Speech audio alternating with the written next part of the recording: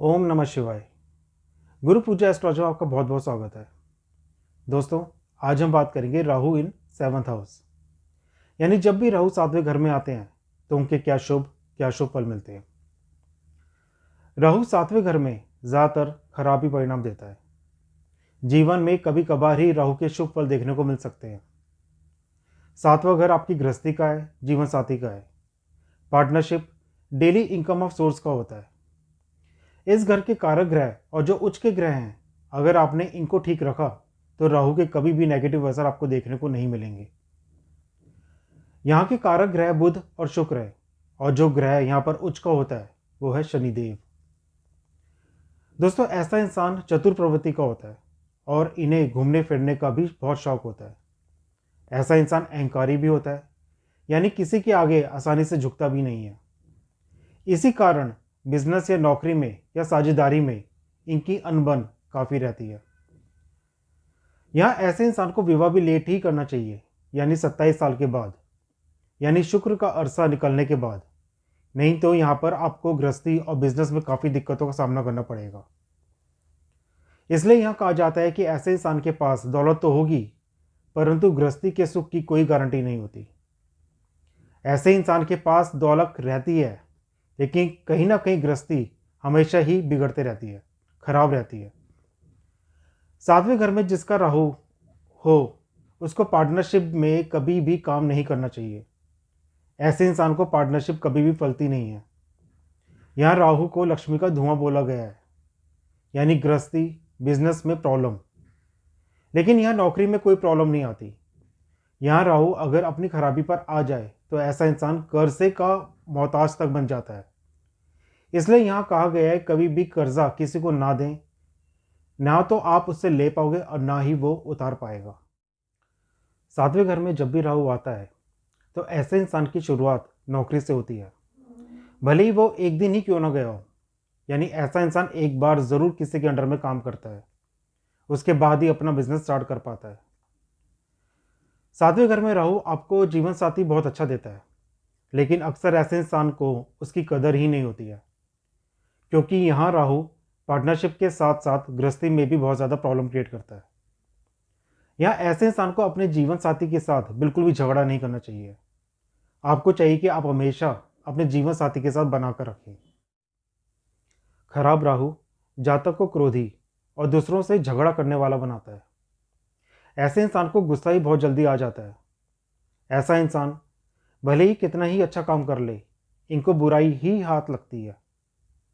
यहाँ आपको कुत्ता भी बिल्कुल नहीं पालना चाहिए, यह आपके लिए नेगेटिव होगा। ऐसा इंसान ज़्यादातर पुरुष अपनी छोटी उंगली का नाखून बढ़ाना शुरू कर देते हैं, और ये राहु की नेगेटिविटी है। खराब राहु जातक को बहुत ज़्यादा अहंकारी और असंतुष्ट बनाता है, यानी ऐसे इंसान को कभी भी किसी भी चीज़ से संतुष्टता मिलती ही नहीं है। ऐसे में ऐसे इंसान का स्वभाव काफ़ी उग्र भी हो जाता है। कई बार ऐसे लोग खराब संगति पढ़कर अच्छे लोगों को कष्ट तक पहुंचा सकते हैं।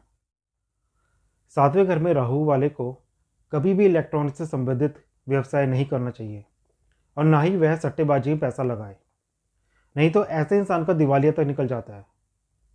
अगर ऐसा इंसान अपने धन संपत्ति पर नियंत्रण ना रखे तो इन्हीं के सगे संबंधी, खासकर कि भाई, निश्चित रूप से इन्हें क्षति पहुंचा सकते हैं।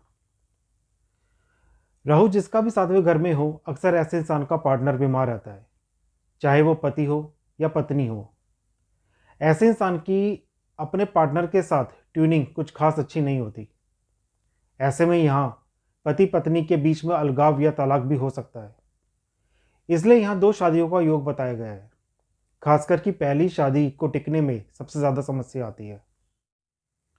दोस्तों, सातवां घर मारक भाव होता है, और यहाँ जब भी राहु आता है, और अगर राहु किसी भी तरह से यहाँ खराब है या पीड़ित अवस्था में है या मारक है, तो ऐसे इंसान के साथ अक्सर एक्सीडेंट, ऊंचाई से गिरना या शरीर पर कोई ऐसी चोट लग जाना जिसका कोई इलाज ही ना हो, अक्सर ऐसा यहाँ देखने को मिल सकता है।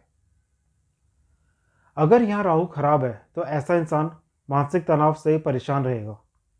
ऐसे इंसान के जीवन में ज़्यादातर परेशानी विवाह या स्त्री को लेकर रहती है। ऐसे इंसान को कई बार अपने जीवन में बदनामी भी झेलनी पड़ सकती है।